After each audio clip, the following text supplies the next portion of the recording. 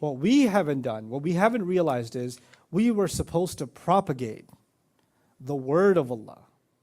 It's the word of Allah that created such a problem for Makkah that they thought the only way to stop this problem is by killing the Prophet sallallahu alaihi wasallam. The thing that made Islam an unbearable problem for them was the Qur'an was spreading. That was the unbearable problem. And the Qur'an was spreading to all three segments of society. The Qur'an was spreading to the top elites of society, the smartest people in that society, the poets, the politicians, the billionaires. They were hearing about the Qur'an and it was hitting them. Then it was the middle of society, the majority, the middle class, they were hearing it. And the poorest of society, and the Qur'an was talking to them too. All three were being targeted by the Qur'an. And when that was happening, enough people from each, even if one or two people from the top, a bunch of people from the middle, a bunch of people from the bottom, if every segment of society starts coming towards Allah's book, that becomes dangerous. This is too much. They were ready to break their own rules. You know what their rules was? We don't kill our own tribes people. We kill other people's tribes people. We don't kill our own. And Makkah is a safe place. We don't kill nobody in Makkah. Haraman aminan. That's actually why all the tribes put their idols there, because it's like Switzerland. You're safe there. It's a neutral zone. Who are they willing to kill? Rasulullah sallallahu alaihi wasallam. Who are they willing to torture? The Sahaba. In the same place where everybody's supposed to be safe. They're willing to break their own rule. Why? Because it's too dangerous. It's too much. Now the thing is, when the Muslim mind understands that we are spending on good things, we're spending on our children, we're spending on schools, we're spending on masajid, we're spending on institutions, we're spending on these civilizational things. But you know what we're not collectively spending on? Spreading the word. Getting the word. That was actually the فَلْيُبَلِّغِ الشَّاهِدَ الْغَائِبِ. Get the word out, let everybody hear. That actually also requires an investment. And it doesn't just require an investment of money. وَأَنْفِقُوا مِمَّا جَعَلَكُمْ مُسْتَخْلَفِينَ فِيهِ. Many of the people that are sitting here in this masjid right now are only sitting here because somebody was willing to go out of their way and spread the word of Allah in ethnicities, in countries, in regions where Islam was alien to them. We weren't born into Muslim heritage.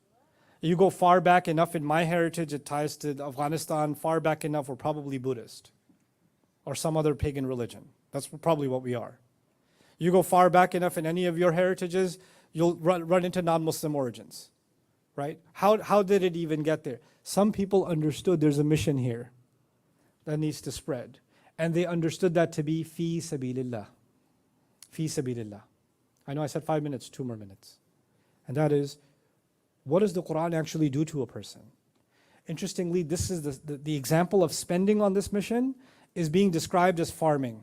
So even if you're spreading the word of Allah and you're like, oh, there's so much da'wah going on, but there's still so much corruption, nothing is changing. Yes, very nice. You should have said that to Nuh alayhi salam. He was spreading a lot of da'wah for 950 years. Was corruption changing? No, but he still understands that's his mission, isn't it? Rasulullah is spending so much time giving the best da'wah possible. The Qur'an itself, from the mouth of the recipient of the Qur'an in Makkah, and things are not getting better, things are getting worse. You should have been standing there, so much da'wah, what changed? What's the point? This is for the what's the point people. Just, why don't you take this comment back to what our deen actually teaches? The point isn't for you to see results. The point is for you to plant a seed. And the return on that seed, you're not expecting it here. Your job is to plant the seed. And the way that Allah will grow that seed here and in the next life, and when He will grow it, that's up to Him.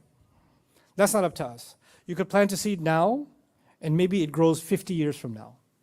You could plant a seed now, and maybe Allah decides to grow it 200 years from now. Is that possible? Yeah. Absolutely, it's possible. You could plant a seed now, and because you didn't have the right intention, it dies underneath. Nothing happens with it. That can happen too. It's not up to us.